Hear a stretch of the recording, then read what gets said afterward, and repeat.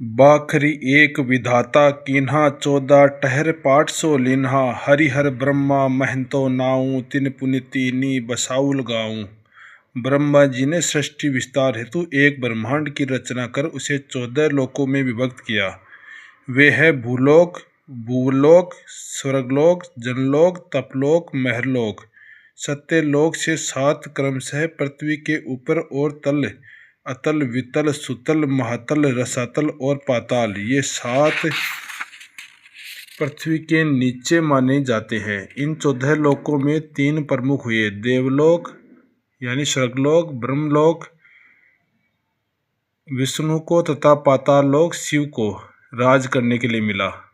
प्रगटे पवन पानी ओ छाया बहुरु विस्तार प्रगटी माया प्रगटे अंड पिंड ब्रह्मंडा पृथ्वी प्रगट कीन्ह नौखंडा प्रगटे सिद्ध साधक सन्यासी ई सब लाग रहे अविनाशी प्रगटे सुर नर मुनि सब झारी तेहि के खोज पड़े सब हारी जीव शिव सब प्रगटे वे ठाकुर सब दास कबीर और न जाने नहीं एक राम नाम की आस। हवा और पानी के साथ अग्नि तथा प्रकाश भी बना। प्रकाश से सभी वस्तुओं और जीवों की छाया बनी।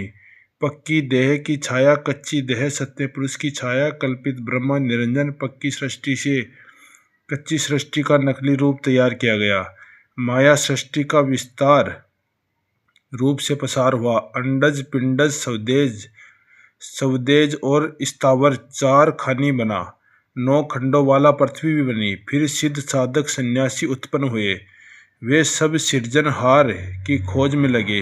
देवगण, मानव जन तथा ऋषि मुनि सबके सब अविनाशी परमात्मा को खोजकर थक गए पर पार नहीं पाए। अंत में सब कल्पित राम को ईश्वर मानकर उनके भक्त बने। कल्पित वाणी में विश्वास कर भवसागर के बंधन में उलझे। ब्रह्मा वेद सही किए, शिव योग पसारा हो, विष्णु माया उत्पत्ति कियो, ई ले ऊ व्यवहारा हो, 3 लोक 10 दिशा, यम रोकल द्वारा हो, कीर भय सब जीरा, लिए विष का चारा हो, ज्योति स्वरूपी हाकिमा, जिन्हें अमल पसारा हो, कर्म की वंशी लाए के, पकड़ो जग सारा हो। ब्रह्मा जी ने उक्त कल्पित ब्रह्मा की प्राप्ति और स्वर्ग सुख पाने के लिए वेदवाणी द्वारा विहित कर्मकांड का प्रसार कर जीवों को आवागमन में उलझाया। शिव ने योग कांड का विस्तार कर अष्टयोग, हठ योग, स्वर योग, नाद योग आदि की योगिक क्रियाओं और उनकी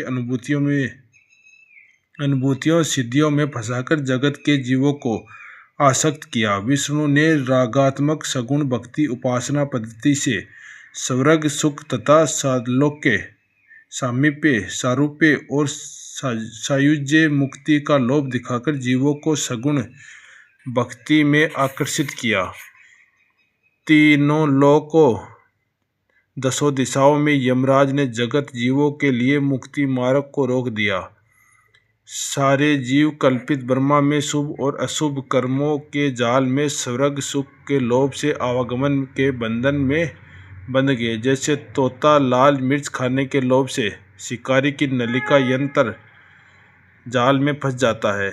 ज्योतिष स्वरूपी ओंकार निरंजन ने हाकिम बनकर सारे जग के जीवों पर अपना अधिकार जमा लिया।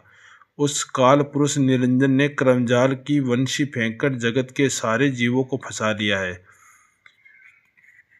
3 लोक भये पिंजरा, पाप पुण्य दुई जाल, सकल जीव सावज भये एक अहेरी काल।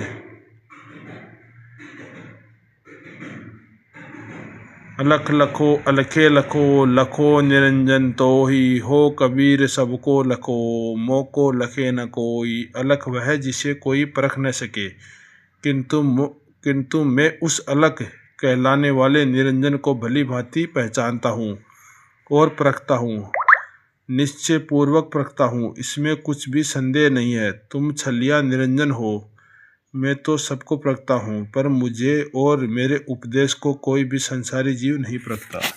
मैं तो लखा तिहूँ लोक में, तू क्यों कहे अलेख, सार शब्द जाने नहीं, धोखा पहिरा भेष। मैं तो तीनों लोकों में सबको लख परख लिया है। तुम अपने आप को अलग अगोचर क्यों और कैसे कहते हो? मैं तो तुम्हें भी अच्छी तरह जानता हूँ। सदगुरु के सार शब्द की जानकारी तुम्हें नहीं है, अतः तुम भी आवागमन में हो। तुमने सबको धोखा देने के लिए यह छलिया निर्गुण रूप बना लिया है। तब निरंजन अपना परिचय देते हैं। मैं सिरजो में मारो, मैं जारो में खाऊं, जल थल में ही रमी रहो, मोर निरंजन नाऊं। काल पुरुष निरंजन कहते हैं कि मैं ही माया सृष्टि में सबको सर्जन करता हूँ। मैं ही सबको मारता हूँ, मैं ही सबको जलाकर पकाता हूँ और मैं ही सबको खाता हूँ। जल थल सर्वत्र मैं ही रमण करता हूँ। मेरो नाम निरंजन है, अर्थात संसार के सारे जीव और सारी वस्तुएं मेरे इस काल रूप के अधीन है। फिर शब्द 5 में कबीर साहब कहते हैं, आपे मूल फूल फुलवारी, आप ही चुनी चुनी खाई हो, कहे कबीर तेई जन उबरे, जेहि गुरु लियो जगाई हो। माया सृष्टि में सभी जीवों का जन्मदाता जड़ काल निरंजन ही है। उसी ने 84 लाख जीव योनियों की फुलवारी लगाई है। वह बारी बारी इन फूल रूपी जीवों को चुन चुनकर खाता है। सदगुरु कबीर साहब कहते हैं कि इस काल से वही उबर सकता है जिसे सदगुरु द्वारा आत्मज्ञान जगाकर सचेत करा दिया गया है। फिर वे कहते हैं, अलख निरंजन लखे न कोई, जही बथे बंदा सब होई, जेही झूठे सब बंधु अयाना, झूठी बात साच के माना। काल निरंजन का रूप अलग है, अतः इसे कोई सही सही लख परख नहीं पाता। इसी के माया जाल आवागमन के बंधन ने सब लोग बंधे हैं। सभ्य अज्ञानी की तरह इनकी झूठी बातों पर विश्वास कर बंध गए हैं। कोई इसकी परीक्षा सविवेक से नहीं कर पाता। लोग इस तरह भ्रम में है कि निराधार झूठी बातों को सत्य मान लेते हैं। एको काल सकल संसारा, एक नाम है जगत प्यारा, तिया पुरुष कछु कतो न जाई, सर्व रूप जग रहा समाई। समस्त संसार का काल एक ही काल पुरुष निरंजन है। उसी का एक नाम ओंकार जगत को प्रिय लगता है। एक स्त्री क्या पुरुष सब रूपों में वही समाविष्ट होकर जन्म मरण का चक्कर लगावाता है। निरंजन सबके आत्मज्ञान को चुराने वाला है। चोर एक मुँह से संसारा, विरला जन कोई बूझन हारा, सुरग पताल भूमि ले बारी, एके राम सकल रखबारी। परमात्मा के भेद को छिपाने वाला एक चोर काल निरंजन संसार में आया। यहाँ उसने जीवों का आत्मज्ञान चुरा लिया। इस रहस्य को बिरला विवेकी जन बूझते समझते और उससे अपनी रक्षा कर पाते हैं। इसने स्वर्ग पाताल और मृत भुवन तीनों लोकों में आवागमन का घेरा लगा रखा है। वही हर जगह रमण कर सबकी रखवाली करता है, किसी को इस आवागमन के घेरे से निकलने नहीं देता है। बेरा दिन हो खेत का, बेरा खेती खाए, तीन लोक संशय परी, मैं काहीं कहूँ समझाए। बाढ़ का घेरा फसल की रक्षा के लिए लगाया गया जाता है, परंतु बड़े दुख की बात है कि घेरा रूपी निरंजन रक्षक बनकर सभी जीवों को खाता है। यह धोखा तीनों लोकों में है। मैं किस किस को समझाऊं।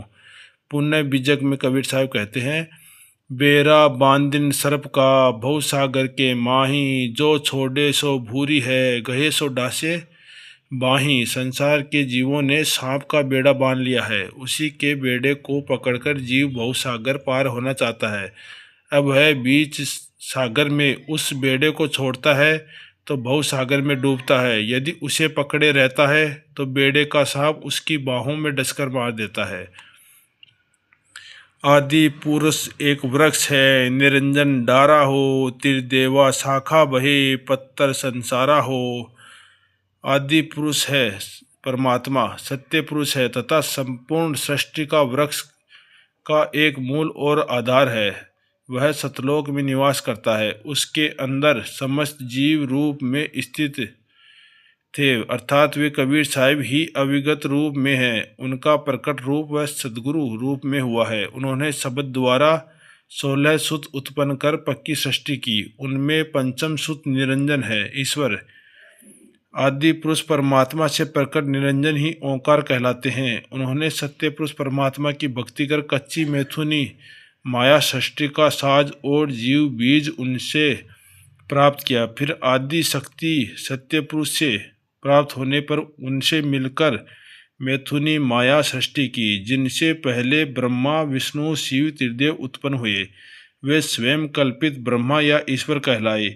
ये परमात्मा आदि पुरुष के सृष्टि वृक्ष की डाल रूप है। ये समस्त जीवों को भवसागर के आवागमन में रखे हुए है। ये जीवों के लिए काल पुरुष है। भगवान विष्णु मायावी है, वे तीनों लोकों के ठाकुर कहे जाते हैं। जीवों को भ्रमित भक्ति में आकृष्ट कर कल्पित ब्रह्मा ओंकार तक जीव को पहुंचाना उनका काम है। वे समय समय पर अवतार धारण करते हैं। चारों युग में इनके मुख्य 10 अवतार हैं। वे उपद्रवियों का नाश कर पाप से जीवों की रक्षा करते हैं, अतः इन्हें लोग भगवान कहते हैं। जीव या जीवात्मा त्रिदेव से उत्पन्न 4 खानियों या प्रकार के 84 लाख योनियों में कच्ची देहधारी जीव कहलाते हैं। यहाँ जीव मैथुनी माया सृष्टि के अधीन बहुसागर में बंधा है। इसकी मूल जननी आदि शक्ति आद्या या गायत्री है। इस प्रकार संसारी जीव सृष्टि वृक्ष का पत्ता रूप बहुसंख्यक है। जग में 4 राम है, 3 राम व्यवहार, चौथा नाम निज सार है, ताको करो विचार। आकार राम दशरथ घर डोले, निराकार घट घट में बोले। राम बिंदु राम का सकल पसारा, निरालंब सभी ते न्यारा। संसार में राम 4 प्रकार के हैं। 3 राम को लोग जानते हैं तथा उन्हें व्यवहार में लाते हैं, परंतु चौथे राम तीनों रामों के मूल सृजनहार हैं। वे निरालंब तथा सबसे न्यारे हैं। उन्हें जानने हेतु विचार करना चाहिए। वे निज है और सार है। विष्णु के अवतार राम दशरथ सुत राम कहलाए। निराकार राम परमात्मा का अंश जीव या जीवात्मा है। तीसरा बिंदु राम निरंजन राम है, जिसकी रचना समस्त माया सृष्टि का विस्तार है। चौथे राम निरालंब अविगत और संपूर्ण सृष्टि के मूल और सर्वोपरि पुरातन है। वे सबसे न्यारे हैं, अर्थात निरालंब न्यारा राम अविगत परमात्मा माया सृष्टि का विस्तार करने वाले निरंजन ईश्वर है। मायावी अवतारी राम भगवान है। जीवात्मा की मुक्ति परमात्मा की भक्ति से होगी, ईश्वर और भगवान से नहीं होगी। अतः इस विचार कर इस धोखे से बचना चाहिए।